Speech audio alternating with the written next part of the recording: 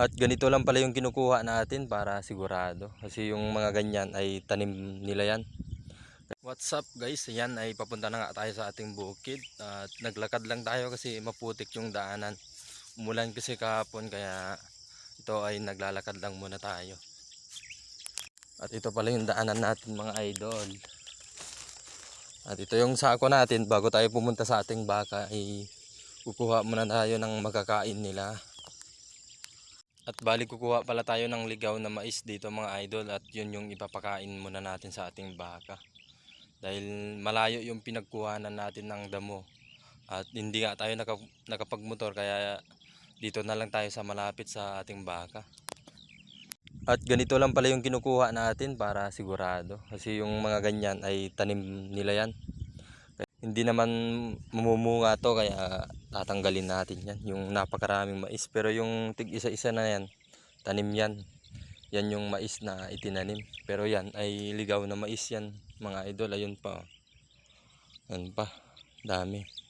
At dahil marami na nga yung kinuha natin, syempre ipapakain na natin sa ating mga baka. Ayan guys. At andito na nga tayo sa ating baby baka mga idol. Ito yung unang bibigyan natin. Ayan. Ayan na yung kumpay natin. At ayan na nga mga idol ay nabigyan na naman natin ng pagkain yung ating baka dito. Ayan. Ayan. Ayan. Masipag ka lang, mabubusog yung mga alaga mo. Ayan.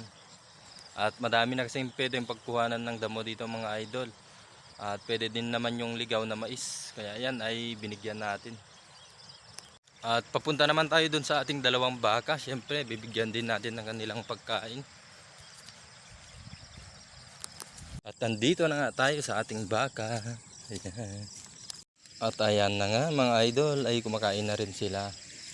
Siyempre mabubusog na naman yung mga baka natin. At buti na lang ay okay yung mga kanilang tali. Ayan. Hindi naman na napupulupot yung tali nila. Very good na tong mga baka natin. Ayan. Ayan guys. Siguradong busog na naman tong baka natin. At pagkatapos nga natin sa ating mga baka, yun yung mga baka natin, ay syempre pupuntahan naman natin yung ating kalabaw at tatawid naman tayo dito sa ilog. Ayan guys, ay nandito na tayo sa ating kalabaw at i-check lang natin yung kanyang tali para sigurado na hindi siya makatakas. At buti na nga lang ay hindi siya nagtago para hindi na naman natin hanapin. At buti na nga lang ay hindi siya nagtago. Ayan guys, ay plantado naman siya ngayon. Mukhang nahiya siguro sa atin kasi lagi niya tayong pinagtataguan kaya yan ay lumabas din.